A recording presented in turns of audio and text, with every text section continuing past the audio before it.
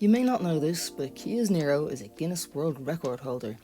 Back in 2016, the Niro officially won the title for the lowest fuel consumption by a hybrid vehicle, travelling from LA to New York with a fuel consumption record of just 3.1 litres per 100 kilometres. Now, we haven't set any similar records while using the Niro PHEV, but having had the plug-in option does reduce the bills when it comes to short commutes and nipping out to run errands.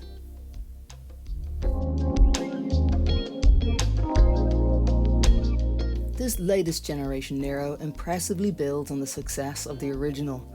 It's a small SUV and comes with hybrid, plug-in hybrid and fully electrified options. It's gotten a brand new front end with slimline headlights and a single light cluster underneath.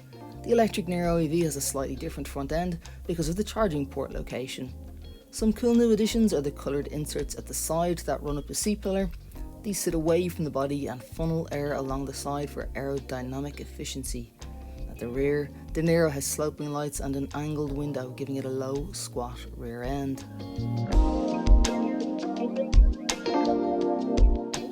Like the previous generation, the Niro Hybrid uses a 104 brake horsepower 1.6 litre petrol engine, and combined with a 43 brake horsepower electric motor, it has an overall output of 139 brake horsepower. This is the same as the petrol engine in the plug-in hybrid, but it's mated to an 83 brake horsepower electric motor for 180 in total. Both hybrids get a 6-speed dual clutch automatic transmission.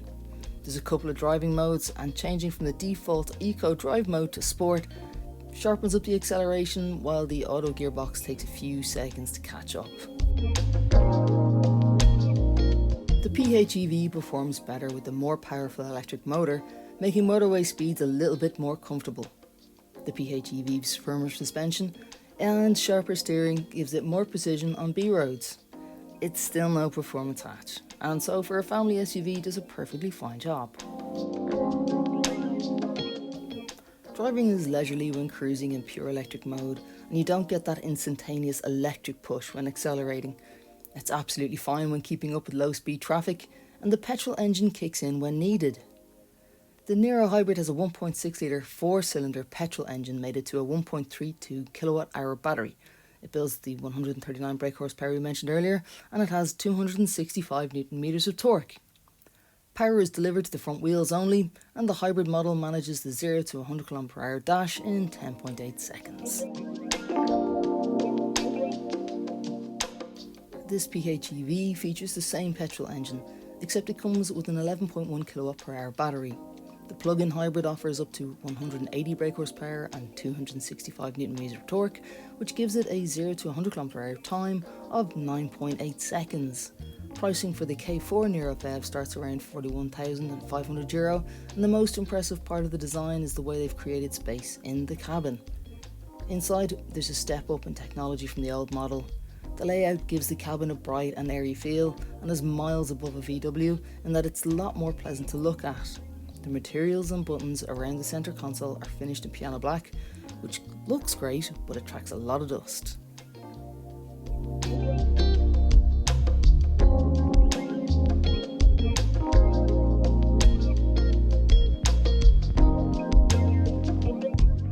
The K3 and K4 trims come with a 10.5-inch screen with built-in sat-nav.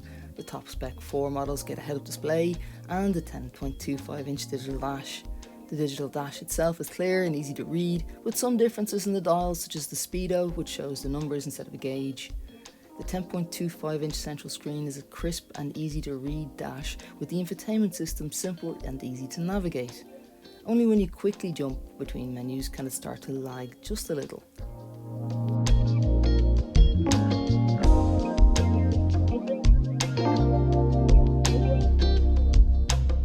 Under the main screen, you'll find a band of touchscreen buttons, which can either control the cabin's climate or, at the flick of a button, switches to a shortcut menu for the infotainment screen. Twisty physical dials are easier to use on the move, but the touchpads are responsive and large enough to gauge while driving. As standard, on the Niro, you'll find 2 front USB charge ports, one Type A, one Type C, and 2 Type C charging ports are on the side of the front seats. Top spec 4 trim adds a sunroof, Harman Kardon sound system and powered memory seats as standard. upgrading to the top spec K4 models, and some of the interior surfaces become a little softer and generally look more expensive. It's not Mercedes territory, but for what it is, it's very nice indeed.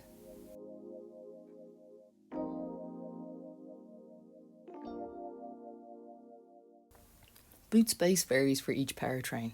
The hybrid has a respectable 451 litres, and the plug-in hybrid's boot space is only 348 litres due to the battery taking up all but that extra bit of space.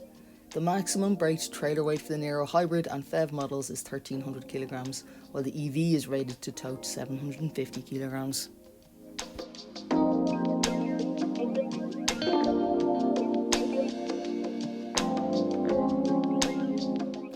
The Niro does a good job of tricking you into thinking it's a smaller car, and it's easy to develop confidence from behind the wheel. Efficient, practical, and boasting excellent onboard technology, the Kia Niro is a family SUV that offers great value for money.